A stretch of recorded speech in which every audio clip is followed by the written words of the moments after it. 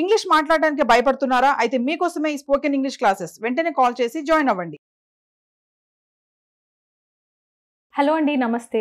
నేను మీ హరిత అక్కల, motivational speaker and emotional wellness coach. Suman టీవీకి మీ అందరికీ స్వాగతం. నేను ఇందాక వీడియోలో చెప్పినట్టుగా అండర్స్టాండ్ యువర్ ఎమోషన్స్ అనే వెబినార్కి ఎందుకు అటెండ్ అవ్వాలో ఇప్పుడు చెప్తాను. మీకు నిజంగా అటెండ్ అవ్వాలనిపిస్తేనే అటెండ్ అవ్వండి. ఇది ఎవరి ఫోర్స్ చేయట్లేదు కదా. సో అసలు నేను చేసే వెబినార్లో ఒక్కొక్కటి స్టెప్ బై స్టెప్ ప్రతి ఎమోషన్ గురించి మాట్లాడతానండి. అదేంటి, రోజు మనం ఫీల్ అయ్యే ఫీలింగ్స్కి కూడా మనకు గైడెన్స్ కావాలా? కోపం వస్తే కోపడతాం, హ్యాపీనెస్ వస్తే హ్యాపీనెస్ ఫీల్ అవుతాం, ఎంజాయ్ చేయాలనిపిస్తే తాగుతాం, పడుకుంటాం, ఎంజాయ్ చేస్తాము, అంతే కదా. దీనికి కూడా మనకు సెపరేట్ కోచ్ కావాలా? నాకు మొన్న ఒక క్లయింట్ అన్నారండి, ఏంటంటే కోపం వచ్చింది అనుకో, వెంటనే ఎక్స్ప్రెస్ చేయకపోతే నా లోపల ఉండిపోయి నా హెల్త్ డ్యామేజ్ అవుద్ది, దానికంటే వాళ్ళ మీద నేను ఎక్స్ప్రెస్ చేసడమే బెటర్. కోచ్కే కోచ్ అయిపోతారండి కొద్దిసార్లు. తప్పు పట్టట్లేదు ఇక్కడ. కానీ కొన్ని ఎమోషన్స్ మనం దెన్నెందేర్ ఎక్స్ప్రెస్ చేయకపోతే నిజంగానే మన హెల్త్ డ్యామేజ్ అవుతుంది. But at the same time కొన్ని ఎమోషన్స్ని డిసిప్లిన్డ్గా పెట్టుకొని కంట్రోల్ చేసుకోకపోతే సెల్ఫ్ కంట్రోల్ ద్వారా రిలేషన్షిప్స్ డ్యామేజ్ అవుతాయి. అందులో నంబర్ 1 ఎమోషన్ మీ అందరికీ తెలిసిందే, ఈగో. Yes or no? ఈగోని మనం కరెక్ట్గా అర్థం చేసుకోకపోతే మన చేతులారా మనమే మన జీవితాలని నాశనం చేసుకున్న వాళ్ళం అవుతాం. ఆడవాళ్ళలో అయితే ఎక్కువ కోపం అంటారు.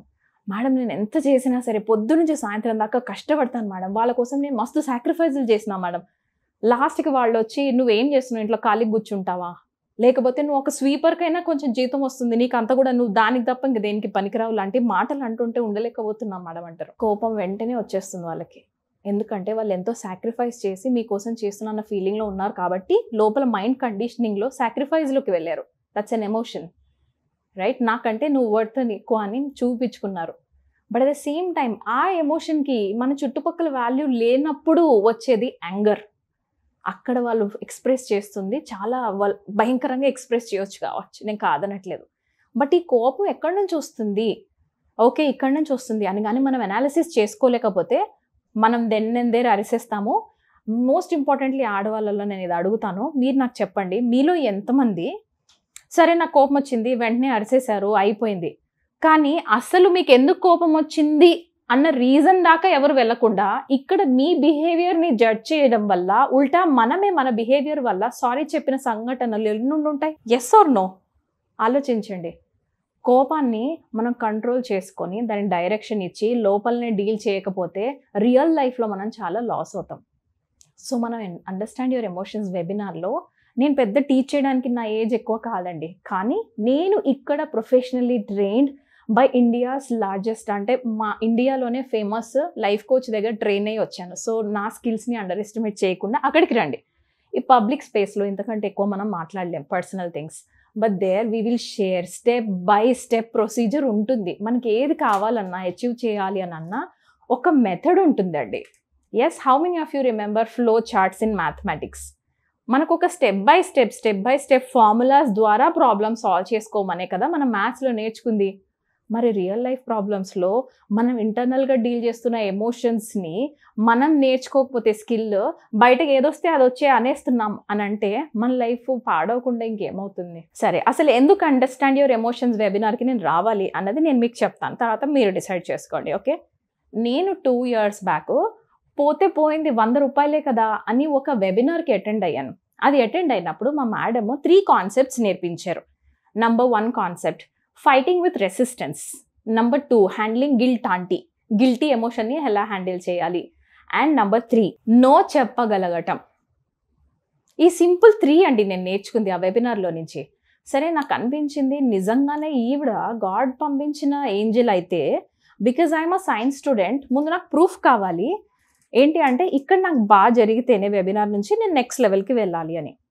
సో నంబర్ 1 ఈజ్ రెసిస్టెన్స్తో ఫైట్ చేయాలి అని అంటే మా మేడం నేర్పించింది 5, 4, 3, 2 and 1 క్లోజ్ చేసి జంప్ ఇంటూ యాక్షన్ అంది. అండ్ అలా మీ రెసిస్టెన్స్ మిమ్మల్ని కంట్రోల్ చేయడానికి ట్రై చేస్తుంది. సో మీరు వినకండి, మీరు jump into action and keep doing, చేస్తూనే వెళ్ళిపోండి. ఏదన్నా కానీ మీకు థాట్ వచ్చింది, మంచి థాట్ అని మీకు కూడా అనిపించింది, సో ఆపొద్దు, వెళ్ళిపోండి ముందుకెళ్ళి. అది నాకు ఎక్స్పెరిమెంట్ చేయాలనిపించింది. సరే, ఫస్ట్ రెసిస్టెన్స్ పట్టుకున్నాం కదా, నేను ఎక్కడ ఎక్స్పెరిమెంట్ చేయాలి? అది చాలా చలికాలం అండి, డిసెంబర్, జనవరి 2022 and 23. ఆ చలికాలంలో నేనేం చేశానంటే అసలు నిజంగా రెసిస్టెన్సా లేకపోతే నిజంగానే అది ఉందా లేదా కాన్సెప్ట్ చెక్ చేయాలనిపించినప్పుడు చన్నీళ్ళతో స్నానం స్టార్ట్ చేశాను. యాక్చువల్గా నా లైఫ్లో ఫస్ట్ టైం నేను అసలు చన్నీళ్ళతో స్నానం చేయను భూమి బద్దలినా కూడా. ఎందుకనంటే నా కండిషనింగ్లో ఏముంది, చన్నీళ్ళతో స్నానం చేస్తే జ్వరం వస్తుంది, జ్వరం వస్తే 2-3 డేస్ రెగ్యులర్ లైఫ్లో నేను ఉండలేను, నా మీద డిపెండెంట్స్ అయిన పిల్లలకి మా ఆయనకి నేను వండి పెట్టలేను, ఇలా ఉండేది నా కండిషనింగ్. సో రెసిస్టెన్స్తో ఫైట్ చేయమంది కదా, ఇది జస్ట్ రెసిస్టెన్స్ ఏమో చెక్ చేద్దామని 5 4 3 2 1 అనుకున్నాను, చన్నీళ్ళు వేసుకున్నాను. ట్రస్ట్ మీ గైస్, 1 డే కొంచెం ఫీవరిష్గా ఉండింది, 2nd డే కొంచెం ఉండింది ఫీవరిష్గా, but it wasn't a high fever. 3rd డేకి బాడీ ఓకే అయిపోయింది and I started enjoying that chilled water baths. అప్పుడు నాకు అర్థమైంది it's just a mind conditioning. Resistance ఏం చెప్తుంది, చేయకు చేయకు చేయకు, నీకు జ్వరం వస్తుంది జాగ్రత్త, వెళ్ళకు వెళ్ళకు వెళ్ళకు, నువ్వు జాబ్ చేస్తే నీకు ఇది వస్తుంది జాగ్రత్త, నో నో నో నో, ఎక్కువ ఇన్కమ్ ఆన్ చేయకు, నీ హస్బెండ్ కంటే నువ్వు ఎక్కువ ఇన్కమ్ ఆన్ చేసావు అనుకో నీ హస్బెండ్ నిన్ను వదిలేస్తాడు. Some or the other information నుంచి మనం జనరల్గా డైలీ డెసిషన్స్ తీసుకుంటాం. అది నాకు బాగా అనిపించింది, రెసిస్టెన్స్తో ఫైట్ చేయడం విత్ 5 4 3 2 1 ఫార్ములా. అలా నేను చాలా ప్లేసెస్లో పెట్టానండి. Within 1 month. సెకండ్ ఫార్ములా ఏముంది, విదిన్ 1 month నాకు చాలా రిజల్ట్స్ కనిపించాయి. సెకండ్ ఫార్ములా వచ్చేసి నో చెప్పగలగటం. ఏంటి నో చెప్పగలగటం అంత ఇంపార్టెంటా? మన మొహమాటం వల్ల నేను డెసిషన్స్ తీసుకోవాల్సినవి వేరే వాళ్ళు తీసుకుంటున్నారు కాబట్టి అక్కడ నాకు కోపం వస్తుంది. ఇదా? అవునా, లెట్ మీ చెక్అవుట్. సో ఆ వారానికి 3 no's చెప్పమని చెప్పింది ఆవిడ. So I started taking this challenge. క్యాజువల్గా ఎవరైనా కాల్ చేసేసి నువ్వు అక్కడికి వచ్చేస్తావా అని అడుగుతారు కదా, ఐఎమ్ సో సారీ నేను రాలేకపోతున్నాను, ఏమనుకోవద్దు. First no. సెకండ్ నో, మన ఓన్ పీపుల్ ఉంటారు కదా, నేను ఈ రోజు మీ ఇంటికి వస్తున్నాము and I said I'm so sorry, I'm little busy, రేపు రండి ప్లీజ్. నో. యాక్చువల్గా అక్కడ ఉండేది కాదు situation, but I created a situation to say no. అలా నో చెప్పడం నేర్చుకున్న తర్వాత దెన్ నాకు అర్థమైంది, నేను డెసిషన్స్ తీసుకోవట్లేదు కాబట్టి, నేనే వేరే వాళ్ళు నా లైఫ్ డెసిషన్స్ తీసుకునేలా అలౌ చేశాను కాబట్టి కోపం వస్తోంది. మొహమాటం వల్లనే నేను సగం ప్రాబ్లమ్స్ ఫేస్ చేస్తున్నాను. రైట్. నెక్స్ట్ ఛాలెంజ్ వచ్చేసి గిల్టీని హ్యాండిల్ చేయటం.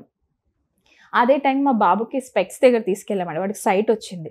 సో సైట్ వచ్చినందుకు చాలా కష్టపడి, చిన్న ఏజ్ కాబట్టి వాడికి డ్రాప్స్ వేసి 3.5 hours పట్టింది వాడికి ఐ చెకప్ చేసి వాడికి స్పెక్స్ పెట్టడానికి కూడా. He was then 5.5 years old. అలాంటిది ఒక అమ్మ వాడు ఏడుస్తున్నప్పుడు ఎంత బాధపడి ఉంటాను. సో సరే అయిపోయింది, 1 weekలో వాడికి స్పెక్స్ వచ్చాయి. మేము ర్యాండమ్గా అలా అపార్ట్మెంట్లోంచి లోపలికి వస్తున్నప్పుడు సడన్గా మా ఒక నైబర్ల ఒక చుట్టుపక్కల వాళ్ళు అన్నారు, జాగ్రత్త జాగ్రత్త బాబుకి వచ్చేసింది, పాప కూడా పక్కా వస్తుంది, ఎందుకంటే నీకుంది, మీ హస్బెండ్కి ఉంది, మీ బాబుకి ఉంది అని. అప్పుడు లోపల నుంచి గిల్టీ వచ్చింది అండి. బికాస్ నా వల్లనే నా బాబుకి వచ్చింది, నా వల్లనే నా పాపకు కూడా వస్తుంది అన్న ఫీలింగ్, గిల్టీని నాకు ఎలా హ్యాండిల్ చేయాలో తెలియలేదు. ఎప్పుడైతే మేడం కాన్సెప్ట్ విన్నానో, హలో గిల్ట్ ఆంటీ, ఇది నీ గిల్ట్ ఆంటీ, నాది కాదు. So this belongs to you, ఈ గిల్ట్ నీది, నాది కాదు. హౌ ష్యూర్ ఆర్ యూ, మీరు ఎంత ష్యూర్ నిజంగానే గిల్టీ వస్తుంది అని మీకు ఎవరు చెప్పారు? లాంటిది నేను అలా మాట్లాడటం internal conversation, it's not outside conversation. లోపల ఫన్నీ స్టోరీస్ వేయడం మొదలు పెట్టేసరికి గిల్టీని విదిన్ 1 month పిచ్చ కామెడీ స్టోరీస్ అయిపోయాయి తల లోపల ఇంటర్నల్గా. Then I started having fun. నా లైఫ్లో ఎప్పుడు నవ్వనటువంటిగా ఆ 1 month చాలా నవ్వాను నేను. Then I understood it is just mindset issue. It's all in the mindset only. Internal ప్రోగ్రామింగ్తోనే నా ప్రాబ్లం, బయట కాదు. ఎక్స్టర్నల్ ఫ్యాక్టర్స్ నేను చేంజ్ చేయలేను, నాలో ఉన్న పవర్ అంతా లోపల మార్చుకోవటం మాత్రమే అని తెలిసినప్పుడు నెక్స్ట్ లెవెల్కి అసలు 5,000 కట్టడానికి వెనక్కి తిరిగి చూడలేదండి. వెబినార్ తర్వాత ఆ 5,000 కట్టినప్పుడు నా దగ్గర 8,000 రూపీస్ ఉన్నాయి. అప్పుడు చాలా భయం వేసింది, మళ్ళీ నేను ఆ 5,000 సంపాదించాలి అని అంటే నాకు 500 లేకపోతే సేవింగ్స్ చేస్తే మేబీ 6-7 monthsకి నేను అది మళ్ళీ తీసుకురాగలను. అప్పుడు నాలో బాడీలో మళ్ళీ రెసిస్టెన్స్ స్టార్ట్ అయింది. అవసరమా హరిత నీకు, అదే 5,000 పెడితే ఏదో ఒకటి ఇక్కడ యూజ్ చేయొచ్చు కదా అని. నేను మీకు ఒకటి చూపిస్తానండి. అలా 5,000 రూపీస్తో స్టార్ట్ చేసిన నా జర్నీ 5,000 రిటర్న్ వస్తాయా? నేను పెడుతున్న నెక్స్ట్ లెవెల్ ఆఫ్ కోర్స్కి 2 lakhs పెట్టానండి.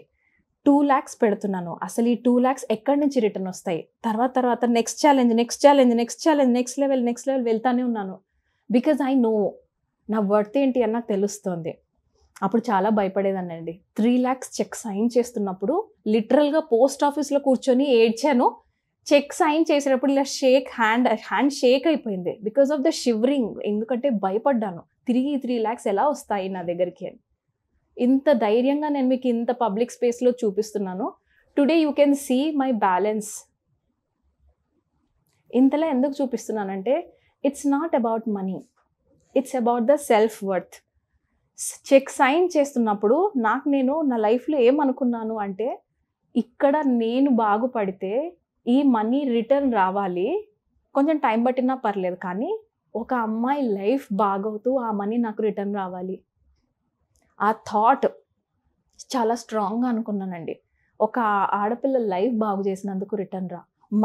మనీతోని నాకున్న రిలేషన్షిప్ని చాలా వర్క్ చేశాను, అది కూడా మా మేడమే నేర్పించారు. So we have to let the money flow. అలా మనీ ఫ్లో అయినప్పుడు చెక్ సైన్ చేసిందే ఈరోజు మీరు చూస్తున్నది రిటర్న్. మళ్ళీ ఒక ఆడపిల్ల లైఫ్ బాగు చేస్తూనే రిటర్న్ వచ్చింది. సో ఇక్కడ నేను ఏం చెప్పాలనుకుంటున్నానంటే, వీ ఆర్ వెరీ వర్త్ఫుల్. మన వాల్యూ చాలా ఉంది, కానీ మేబీ చిన్నప్పటి నుంచి మనం విన్న వాళ్ళు ఉంటారు కదా చుట్టుపక్కల, నీకు ఇంతకంటే రాదు, నీకు ఇంతకంటే చేత కాదు, నీకు ఇంగ్లీష్ రాదు, నీ కమ్యూనికేషన్ స్కిల్స్ బ్యాడ్గా ఉన్నాయి, why don't you do this, why don't you do that అని చెప్తారు కదా. మనం అక్కడి నుంచే ఆపరేట్ చేస్తున్నాం. డౌట్ అనేది ఒక ఎమోషన్. ఆ డౌట్ని, సెల్ఫ్ డౌట్ని ఎలా మనం హ్యాండిల్ చేయాలి అని తెలుసుకోవాలి అని అన్నా, నా వెబినార్ అండ్ సెల్ఫ్ లవ్ సెషన్స్కి అటెండ్ అయిపోండి. ఎక్కువ ఆలోచించద్దు. Thank you so much for watching this video. Thank you.